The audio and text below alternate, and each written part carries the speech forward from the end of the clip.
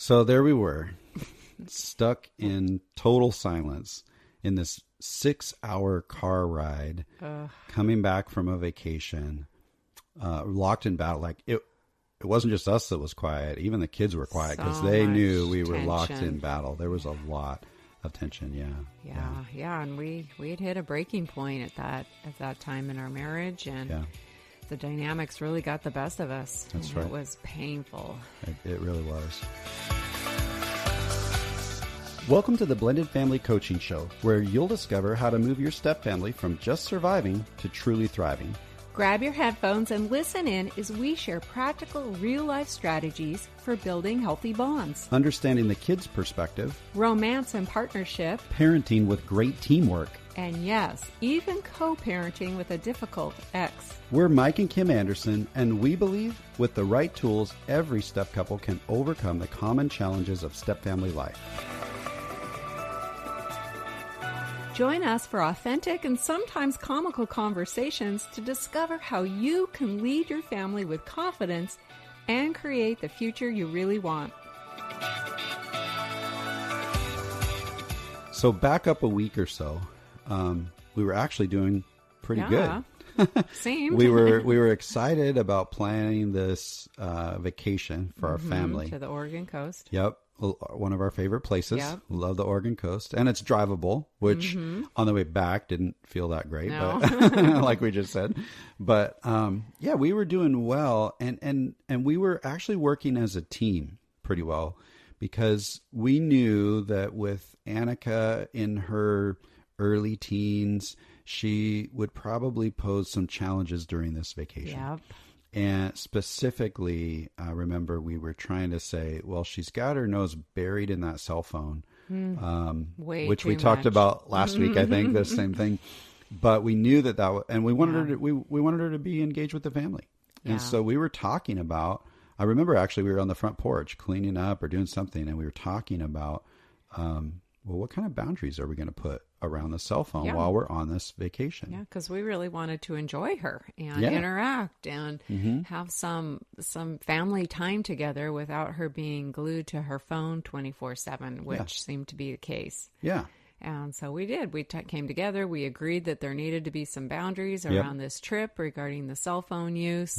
We agreed what the boundaries would be. Yeah. I mean, pretty easily. And they were pretty balanced. That, we wanted her to have time on her phone. Yeah. It's not like we were saying, No stick phone, in the glove box. And I was being the bio parent, I was the one to communicate the boundaries to her, which I did. And that actually went okay. Yeah. As far as teenagers go. I mean, she wasn't thrilled, but she accepted it. Yeah. And I felt like I got to be part of the conversation. I think we both were able to clearly communicate what we hoped for. And we came to, like you said, a fairly easy agreement. We were united. Yeah. And so off we went. We loaded up and we headed out, and we were really expecting to have a great vacation. Yeah. It felt like we were on the same team. Yeah. And so it felt good. Definitely. But then I started not to feel so good. Well, that was an element, yeah. The day we were loading up, getting ready to go, I started to feel sick. And the scratchy throat, the congestion, and Annika was also complaining that she wasn't feeling very she had a well. sore throat and stuff. So that's not the way you want to start out a trip, but I figured, we'll just, grit it out and make the best of it and bring some meds and we'll be fine. It'll be okay. So, I mean, it started out fine, but about halfway through that second day, especially, Annika and I were miserable. I mean, we were up all night coughing. We both had bad headaches. We didn't have any energy to go and have fun with the family. And of course, as teenagers will do, especially when they're not feeling well, she started complaining about being bored. Yep. I was bored too, because I didn't have any energy and we were just kind of there. Mike and the two younger kids were off having fun, and she started pulling out her phone and using her phone outside of the boundaries that we had originally set. Because she wasn't feeling well and I wasn't feeling well to enforce it. Honestly, I wasn't at the top of my game. Yep. And I kind of felt like, well, she's miserable, she's bored, so things have changed, and it's okay if we slide on this boundary. Yep. I really felt that I could make the call because I'm the mom. I was, I'm her mom. She's my daughter. I felt like I had every right to readjust the boundary based on these new circumstances. Sure.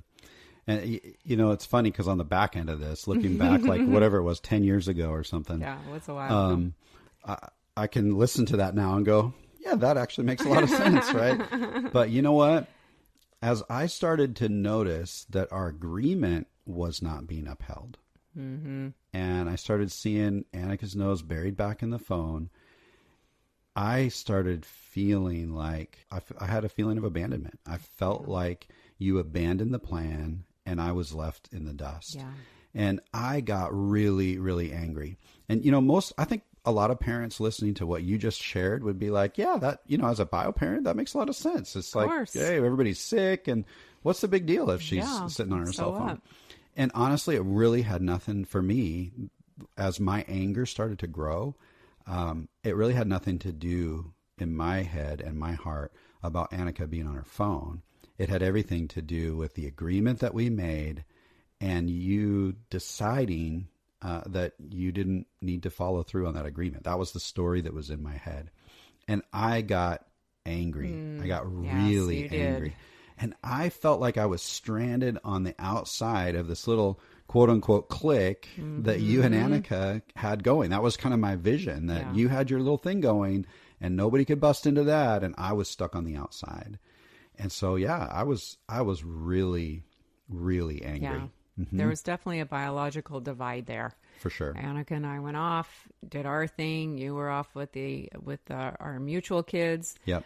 Feeling very angry. And it's interesting that you brought up the fact that looking back now, it seems like, oh, no big deal. You should have empathy for the situation. Right. But as one expert puts it, we've heard this, pain trumps empathy. That's right. I was in pain. Yeah. I didn't want to empathize with you. No. When that pain hits, all empathy seems to just go out the door. That's right. And I got angry and mad, and that caused you really to kind of go into avoidance mode. Yeah. I didn't want to deal with you. Yeah. Because I could tell you were on edge. There was tension between us. And I just kind of felt like, well, this was my right to make this decision, and he'll just have to learn to live with it, which wasn't very empathetic That's not very either. Partnering, yeah. No, I mean, we both were feeling pain. Yeah.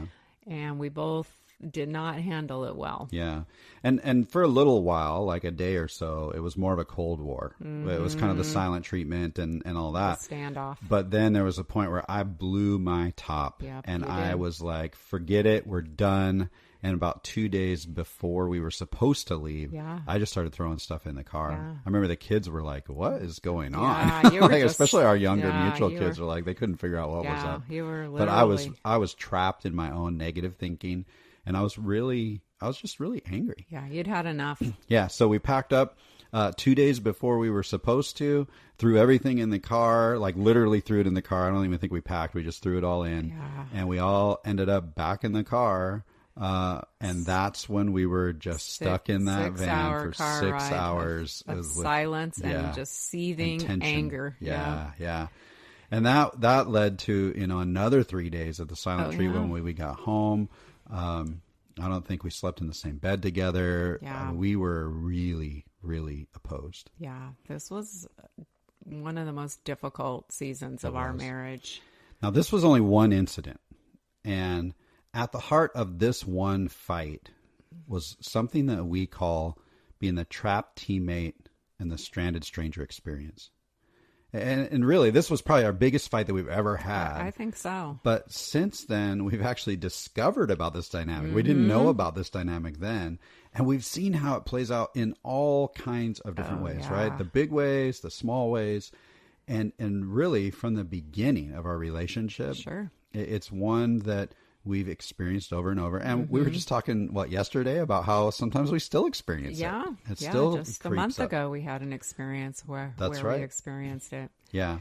And not only have we seen that be true in our relationship, but every couple we've ever worked with Yep. has identified feeling this way to one degree or another. Some of them it's minor, Yes. but some of them it's even more major than what we've experienced. Yeah, it's extremely common, and we should actually be expecting Yeah. to experience this dynamic. Yep.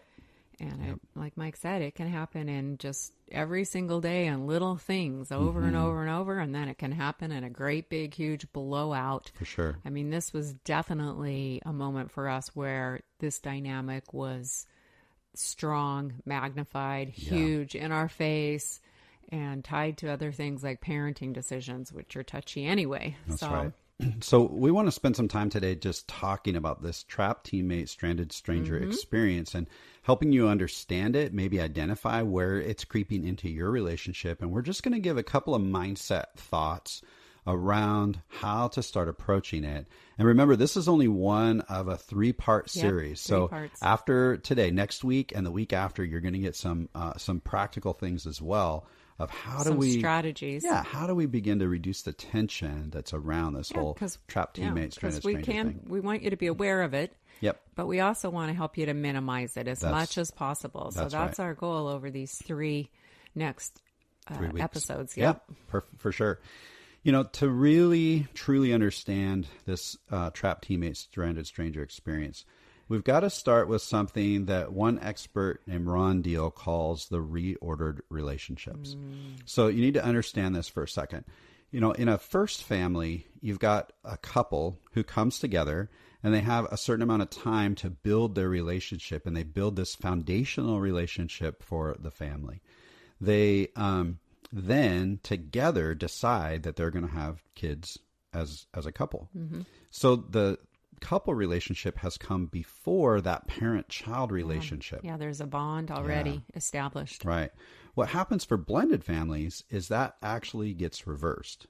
The most long-standing and strongest relationship in the home is actually the parent-child relationship. And the couple relationship gets tacked on to the end. And sometimes it just it feels like it's not nearly as much of a priority.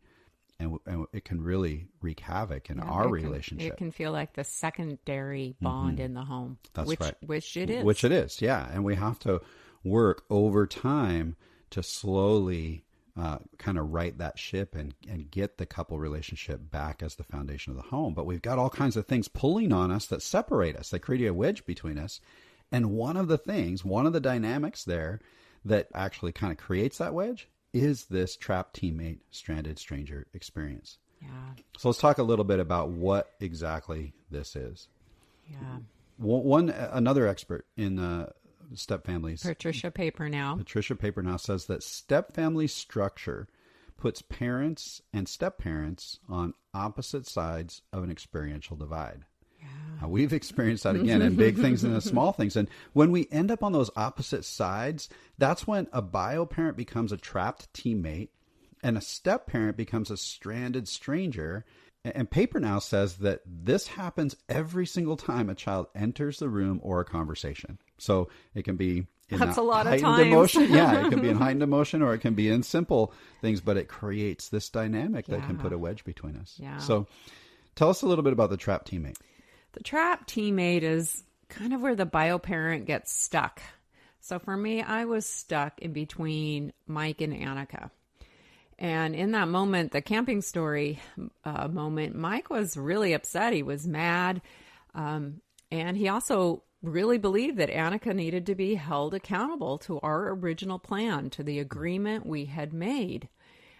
Even though we were sick, he really felt strongly about that. But I was trapped in between doing what I knew Mike expected and wanted me to do and taking care of my daughter because she truly was sick and in pain and bored. And the phone was actually a comfort to her and helped her get through the trip. So it felt as if I did the right thing by Mike, I was failing Annika. And if I did the right thing by Annika, I was failing Mike.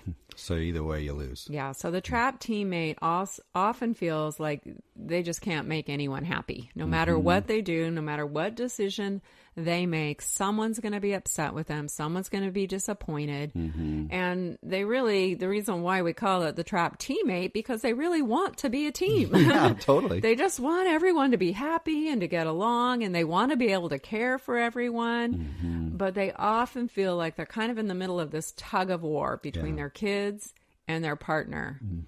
And it's very difficult. And that's really how I felt on our disastrous vacation. The communication between Mike and I had shut down, and we really found ourselves unintentionally stuck in opposing camps. So those biological camps. And it's not where I wanted to be.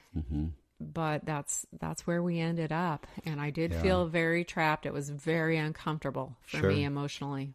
It's interesting because it's almost like opposite ends of two extremes, but it's really hard to see what's in the middle. Yeah. How to find that middle ground, right? There doesn't feel like there is a middle ground. Yeah, sure. It feels like you either have to side with one or the other to make someone happy.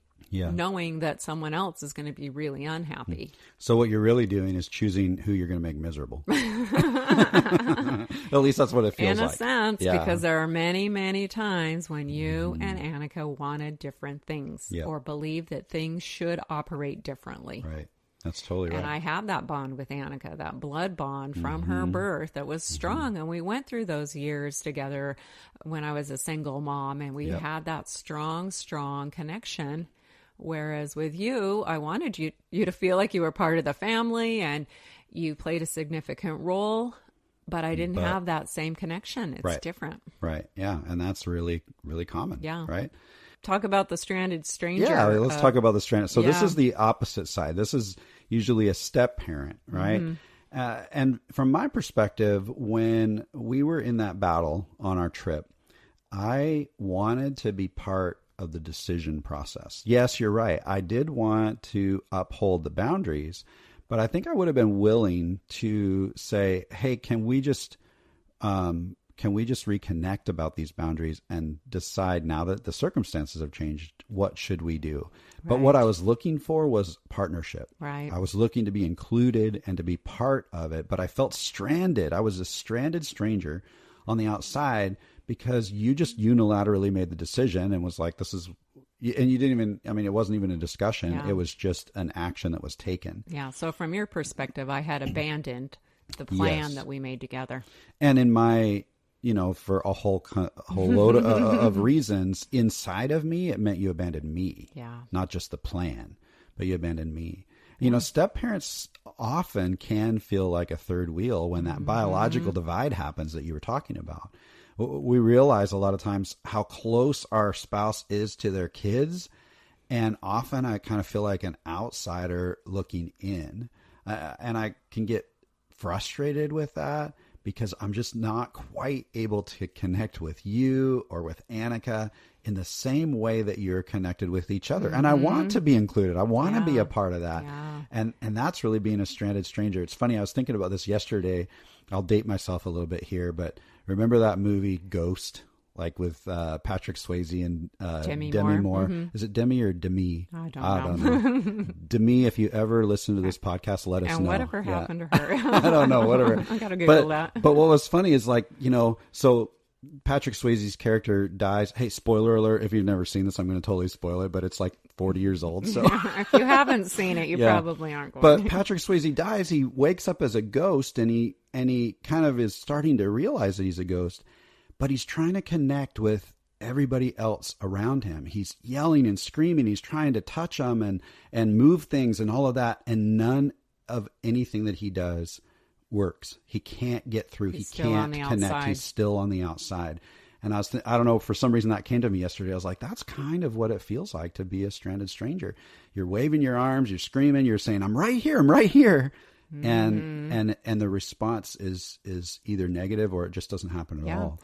And that's a really painful place to be. And it's really due to those reordered relationships. Yeah. I mean, a parent and a child have their groove. They have their thing. Annika and I had our stuff that we did on Saturday morning. Yeah. And you had never been included in it all those Totally. years that we were developing all of our little things. Totally. And then here you are, and it's like, wow, this is awkward. How do we bring him into this? Or how do we work Or there's this? not even a thought of bringing into we're it just because gonna do you're our just doing your thing. normal Yeah. thing. It's not abnormal to you. Yeah. And that's great to share, because it's not just these giant blow up arguments like we had on this vacation. We've experienced this in a multitude of ways across the whole span of almost 20 years of being married. And it's like you said, it still pops up, and little things like, I remember, your bedtime routine with Annika, like that was a normal thing for you. And it didn't feel right to be invading that. And so I never really did, but yet I was out by myself feeling like, well, that's kind of a bummer. I'd kind of like to be a part of that. And it wasn't a major deal, but it just was it gives you an icky feeling. Yeah. And the funny thing, we talked about this yesterday, how when you're in that dating stage, and you see all these cute things that a parent is doing with their kids. Oh, that's so sweet. They read stories together. Oh, that's so sweet. They do tea parties out on the deck together. Oh, look at that. Oh, they have their own little hand signs that they give each other. How it's so cute. But once you're a family, once you're in it, and you're under one roof. Once you're under one roof, and you're the one sitting there on the outside as all of these interactions are taking place, it's a completely different feeling for that stranded stranger. Totally. It's really hard. And the same thing with the trapped teammate. I mean, as simple as, oh man, I want to go get some ice cream tonight. Oh, I want frozen yogurt. Like, there's a tiny difference between ice cream and frozen yogurt, right? But if I'm asking for ice cream and Annika's asking for frozen yogurt, what am I going to choose? Who do I choose? Because that simple, tiny decision, actually, when Kim makes that decision, she's saying, I choose Mike, or I choose Annika. It's a statement of loyalty and priority. Every little decision like that speaks volumes to everyone else in the family. That's right. This stuff is pretty significant. That's right. So, when it comes to all this, it's challenging. And chances are, if you're still listening, you identify with some of this. And again, every couple we've talked to in one way or another has felt either that trapped teammate or the stranded stranger. Very common. One thing that can be really challenging is when you live in a complex blended family. That means both of you have brought kids into the relationship, and you're vacillating between these two roles over and over and over. Experiencing both. Yeah. And we would think that it'd be easy to empathize with each other. But Kim quoted Paper Now earlier that, pain easily trumps empathy. Yeah. So when we're feeling stranded or trapped, we're in pain.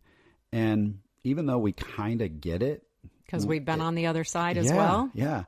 It still don't have doesn't just empathy. resolve itself. And so we've got to identify, especially in a complex blended family, what am I feeling right now? And am I feeling stranded, or am I feeling trapped? Am I stuck on the outside, or am I stuck between my kids and my partner? Just having that language and realizing it can really help. Having the language, That's right. It can really alleviate a lot of it. Totally. So for the rest of our time today, let's talk about a couple of major derails that we see when it comes to this whole trapped and stranded thing. And then we'll talk about a couple of ways to get back on track. And that'll be enough for today. And then we'll jump into some more things in the next couple of weeks. Yeah. And these are common derails. We've seen this a lot in the couples we've coached, and we live through these as well. Yeah. The first one is about stranded strangers. The biggest derail that I've seen in my own response, and as we help other couples, is when I'm feeling like a stranded stranger, my reaction is to try to pressure my way into the circle. So this is a step parent interjecting themselves. Yes.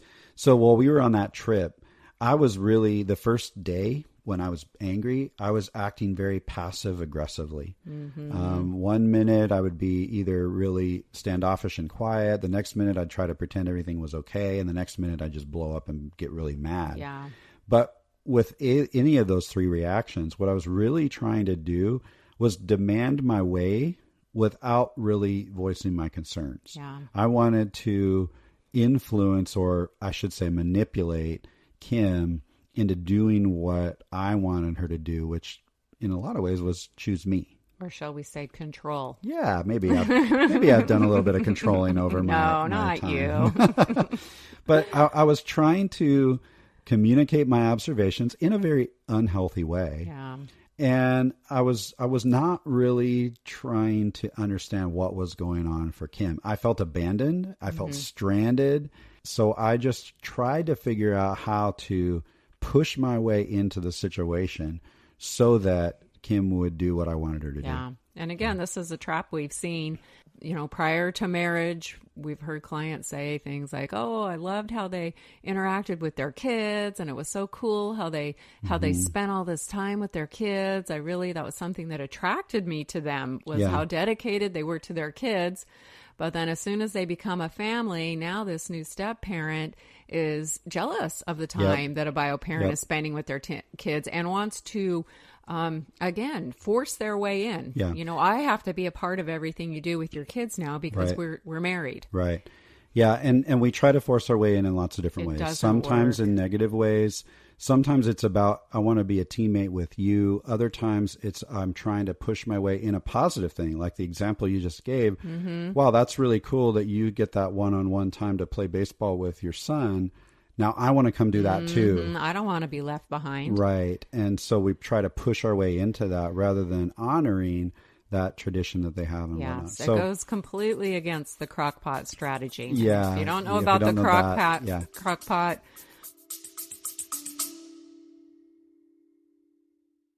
We're so excited to let you know about something brand new we've created just for you. We've realized that with so many episodes available here on the show, it might feel a bit overwhelming to find the topics that matter most to you. That's why we've created a simple tool for you to receive a personalized playlist focused on your current struggle or your biggest challenge. That's right. It's called the Blended Family Breakthrough Quiz. You'll answer just a few questions, and based on your responses, we'll email you a curated custom playlist of episodes that are specific to you. This simple quiz will direct you to the most impactful episodes that pertain to you personally and keep you on track in your journey of discovery, learning, and growth. So, scroll all the way to the bottom of the show notes for this episode and click the link to take the Blended Family Breakthrough Quiz today. Okay, let's get back to the discussion. Keep listening. You'll hear more about it. Yeah, search it on our blogs. That's right. Learn about it. But it definitely puts too much pressure and forces bonds to happen when they're not ready to happen. So when the stranded stranger is feeling like they're forcing their way in, that's a big derail. Yeah. So how about for the trapped teammate? What's a big derail there? So a major derail for the trapped teammate, and I definitely fell into this trap, honey, is when they really don't invite their partner's opinion in. They try to block their partner. I felt stiff-armed quite a bit, yeah. Yeah, so this was kind of in that place where I felt I had the right to make decisions about my daughter, and I didn't need to consult you, and I didn't need to talk to you about any changes to the plan. This is my right. Yeah, and you kind of didn't want to talk to me, right? No, but that is a major derail, because had I gone to you and just respectfully said, listen, we need to talk about our agreement around the boundaries we made with the cell phone. I'm thinking it's not going to happen. She's feeling horrible. I'm feeling horrible. I can't enforce it. And just really invited your input in rather than blocking you out of the equation. And there were a lot of times I did this. I remember around parenting, I was just like, butt out. Right. But the truth is that you have that outsider perspective that can be very valuable. Sure. And helpful if the bio parent is willing to listen. And if you want to grow to truly become a solid, united team around everything in your household and really get on the same page, you cannot block. Right. You can't block the step parent out of the equation. Yeah. And you can't shut your partner out. That's a major derail. That is a major derail. And one thing that kind of sticks out to me that's interesting too is we hear from couples a lot of times when they're so frustrated with parenting. They get to that point where they say, I'm just going to parent my kids and you parent your kids, and we'll figure that out. Now, we have lots of things to say about that, but what the point here is, when we take that approach, we're actually feeding the stranded stranger trapped teammate experience, because we're keeping each other on the outside of dealing with our own kids. And we're digging even deeper into that trap of being stuck between our partner and our kids. Yeah, the biological divide there is growing and growing when you take that approach. That's right. It just gets bigger and bigger. So if you've ever had that thought, I want to challenge you to think back through that right now based on what you've learned so far today. So those are two big derails: the stranded stranger trying to push their way in, and the trapped teammate actually stiff arming their partner and kind of keeping them out, whether that's intentional or unintentional. Yeah. So how do we start getting back on track? And this is really a couple of mindset things. We're going to talk more practicality in the coming couple of weeks, but we've got to think about this from what psychology would say externalizing the problem. Yeah. We've got to realize that the enemy here is the dynamic, not the person. Yep, that reordered relationship, the dynamic you've entered into sets you up to fall as being a trapped teammate or a stranded stranger. That's right. And again, I want to remind you, as you're listening to this, I want to give you hope, because you're not alone. Like we said earlier, every single couple we've ever worked with has identified with this. We have not had a single one yet say, nah, that doesn't make any sense to me. So if it doesn't make sense to you because you guys are lockstep, I would love to talk to you. Yeah, a lot of times this is the dynamic that bring people to us for That's coaching, right. because they just don't understand it and they can't move beyond it, and it's causing a ton of pain in their family. And the thing we have to understand is that it's not the people in our step family that are causing this pain. Yeah. I mean, I could look and blame Mike. It's your fault that this is happening. He could look at me and look at Annika and blame us.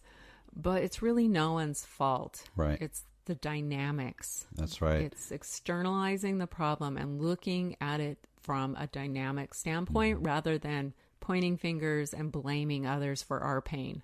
And that can bring a lot of hope, because what that means is we can actually work together as a team to battle the dynamic rather than trying to battle each other. Yeah. We don't have to see each other as the bad guy. We're going to work in unity to battle the dynamic. Yeah. So get your brain around that the enemy is the trapped and stranded experience. It's not my partner. Yeah. And we can identify, yes, there is a biological divide here. It naturally happens.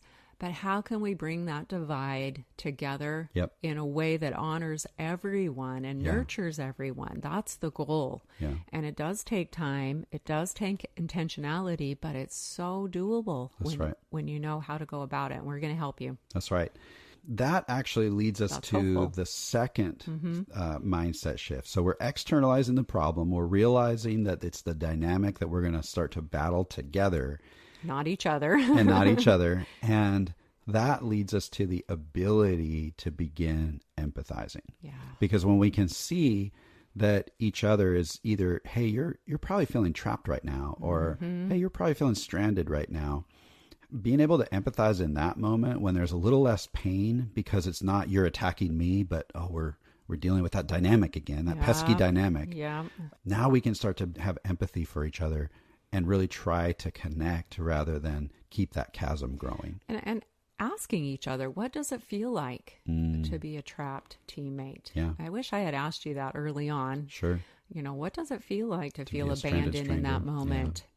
And ask you about that, and you asked me about how it felt, and we said, we still experience this. Sure, we just experienced this like at in Christmas December, time when we were waiting on Annika, and Mike wanted to just finish up and go because we'd been waiting, and I wanted to wait for her. Yeah. And I was definitely feeling trapped. between her and the whole rest of the family. Everyone wanted different things. Yeah, so here we are 20 years later, and we're still experiencing I wish I had said, I'm feeling like a trapped teammate. I know, yeah, that would have been good, actually. Really helpful. and you know, that's really good advice, even if you're in a complex blended family, because the one partner feeling trapped may not feel exactly the same as when the other partner feels trapped. And so trying to understand what's going on underneath all that for each other when we're in these different positions is a really good thing. What circumstances trigger the feelings is good to know. Yeah. That's right. Now we're excited on this one. So those are some mindset shifts. So if we're stranded stranger, we're going to start figuring out how we can not pressure our way in. If we're a trapped teammate, we're going to try not to be blocking or stiff arming our spouse. We want to learn ways to invite them in. And again, we're going to talk more practically in the episodes to come. And if we want to get our mind around this, we're going to externalize the problem, recognize it's the dynamic that's the enemy, and then that's going to lead to us having more empathy for each other when we're trapped and stranded. So next week, we're going to share the second installment of our 3-part series all about the trapped teammate and the stranded stranger, because this is a big, big topic. That's right. I mean, we could really go on and on. We could probably do a whole year worth of a series on this one. But it's so important that we understand. And next week, we're going to really focus on one of the best strategies to minimize the tension that comes with this dynamic and really stay connected as a couple. And believe it or not, this is a strategy that can be really fun. I agree. Yeah, so you don't want to miss out on that. That's right. So we will talk to you next week, and that makes this episode a wrap.